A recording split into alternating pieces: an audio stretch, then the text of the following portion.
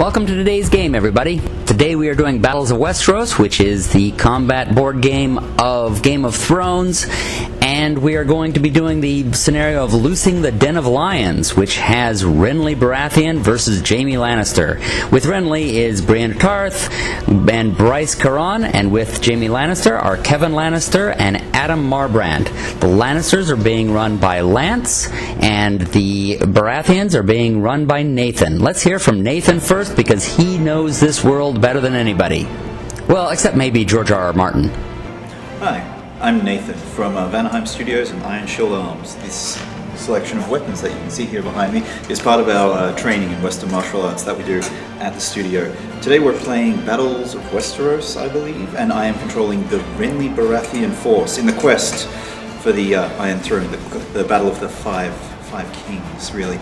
I haven't played the game before.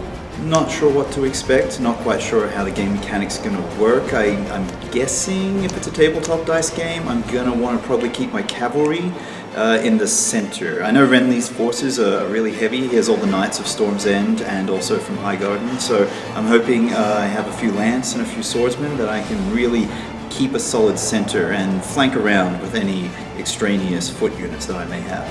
The Lannister side has Lance. You may recognize him from some previous games. Let's hear what his strategy is going to be. Hi, I'm Lance Block. I'm a photographer. I'm going to play the game today. I've never played it.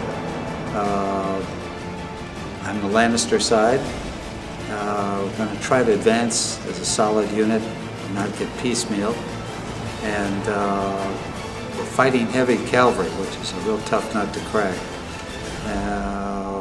See what we can do. We have heavy infantry. Hopefully that'll make up for it. We'll see what happens. So the two sides are set up. Lannister has momentum. Let's see what they do. And they start pushing heavily on their left, sending their cavalry way forward to claim some territory. Baratheon shifts some infantry to meet up with them. And Lannister continues on their left with some infantry to support the cavalry. Baratheon continues to push forward slowly on their left, but Lannister is claiming more and more territory faster than the Baratheons can move. And finally, the Baratheons move up some cavalry. Looks like the Lannisters have a much more steady line, however. And Baratheon brings some infantry into the center. They trade some shots with their bows, and now the Lannisters move up some cavalry onto the hill. The engagement has begun, and Baratheon moves some infantry up on their left, shooting up the road. Lannisters meet them sort of by sending some infantry, but it looks like they're still shifting more to their left. And now Baratheon wraps around that hill, trying to envelop that Lannister cavalry. They also push up that infantry, and now they are fully engaged all along that front. It looks like the Baratheons are getting the bad side of it, as they are losing a lot of infantry. The Lannisters bring up the rest of their infantry to make a solid line. But now Baratheons have knocked off a lot of that cavalry on the hill, and now they've knocked them completely off. And they're pushing forward on their left and killing some more cavalry. The Baratheons are hitting hard on that left. It does make sense as they have two commanders up there, Renly and Bryce. Jumping forward a little bit, and Lannister has pushed everything forward on the left. And they're steamrolling over Baratheon on that flank. They've taken out one unit, and Baratheon is filling the hole with some cavalry. The two sides are slugging it out on that flank. Meanwhile, Renly Baratheon is shifting over to the left. However, he's really isolating himself from the rest of his men.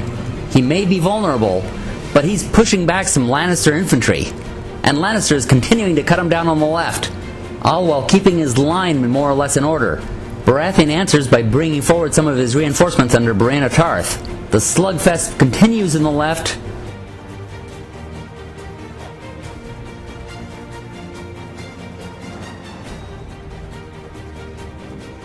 and Baratheon knocks down Adam Marbrand's bodyguard. He is now vulnerable. But Adam slices through the cavalry that killed his bodyguard like they're butter, and they also whittle down some Baratheon infantry in the center. Renly rushes through a gap in the Lannister infantry and dashes up a hill, but he's knocking down some of that Lannister infantry from behind. No puns about Renly coming in from behind, please.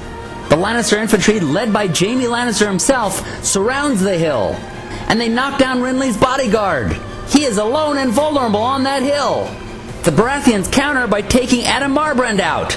That's one of the best commanders on the Lannisters that's now gone. The Lannisters, meanwhile, push up on their right flank. Baratheon counters by going forward and stopping them. and they knock the infantry back down that road, destroying them. They take advantage of their momentum and hurry forward, continuing to push the Lannisters back. The Lannisters swing their infantry around to try to get a flank on the cavalry, knocking over the river in the meantime. The Lannisters continue to surround Renly but cannot take him out. It is a regular siege going on there.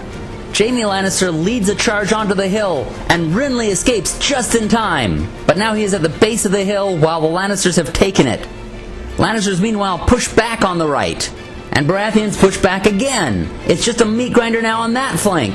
And they've knocked out a unit of the Lannisters by the river. The Baratheons are pushing forward on their left, the Lannister right. The Lannisters are not whipped in the center, however, and they surround Renly Baratheon once again. The Lannisters have completely surrounded Renly Baratheon. All they need to do is charge, and they will destroy him. And a single stand of axemen have created a gap through which Renly can escape. They've chopped down some Lannister infantry and provided an escape route for Renly Baratheon. He's gotten out of that den of lions that was surrounding him. I guess that's why they call the scenario loosing the den of lions. And now they send some cavalry up to try to finish them off on the left. And they manage to push them back, but do not destroy them. And the Lannisters are coming back at them. And now Renly has shifted over to his left and is attacking Jaime Lannister personally. It is mano-y-mano. Alright, so Lance has no more cards that he can't rally, so I am ordering 2 units with Renly Baratheon. So Renly is going to advance 1, and he will attack these spearmen. alright. He is honorable, so he gets an extra attack die. For 4. 4 dice. Let's go with blues. This is going to decide the game. 1 blue, 1 retreat. So, oh, well, 1 blue, 1 retreat, so he This could... unit. This one. Oh. Wrong guy. 1 blue, 1 retreat, so he'll go back to his guys here, yeah. And the secondary pursuit unit Oh, move and attack him. uh-oh. Move and attack. So it's all going to come down to this. Well, actually, firstly, Renly gets a pursuit. A pursuit of his own, Steve. yeah. Yes. So is Renly will going to come in? Move and Here attack. he comes. After this one, it's all up to you, little green red guy, or little guy with pointed stick. Dead. Oh, dead. Literally, that's it. 5. Moving the morale token. Morale token down. 2 down to 4. That is the end of the game. Oh, that was a good one. Very Came good. down to the very last card on the very last turn. Yeah, I did actually. That's the sign of a good game. Well, that was a heck of a fight. Let's see what the 2 commanders have to say about it. Well, things didn't go well. We tried to advance on a solid front, and all we could get is piecemeal, and we got eaten up because of it. The heavy cavalry was pretty awesome to fight. They were hard not to crack, and they pretty much took out our cavalry.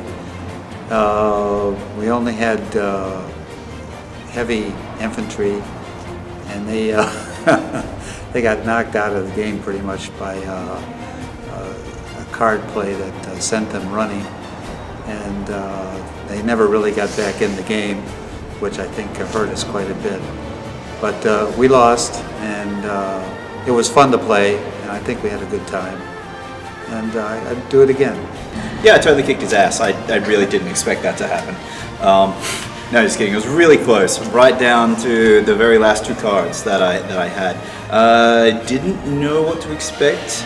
Game mechanic-wise, I found out that hilltops are really important to hold. So really the turning point was when I started to flank around with cavalry instead of holding them as my center vanguard, and I knocked a few of his units off hills and was able to hold them and distract him long enough to bring my reinforcements up the center and wipe out his units in the very last roll of the dice.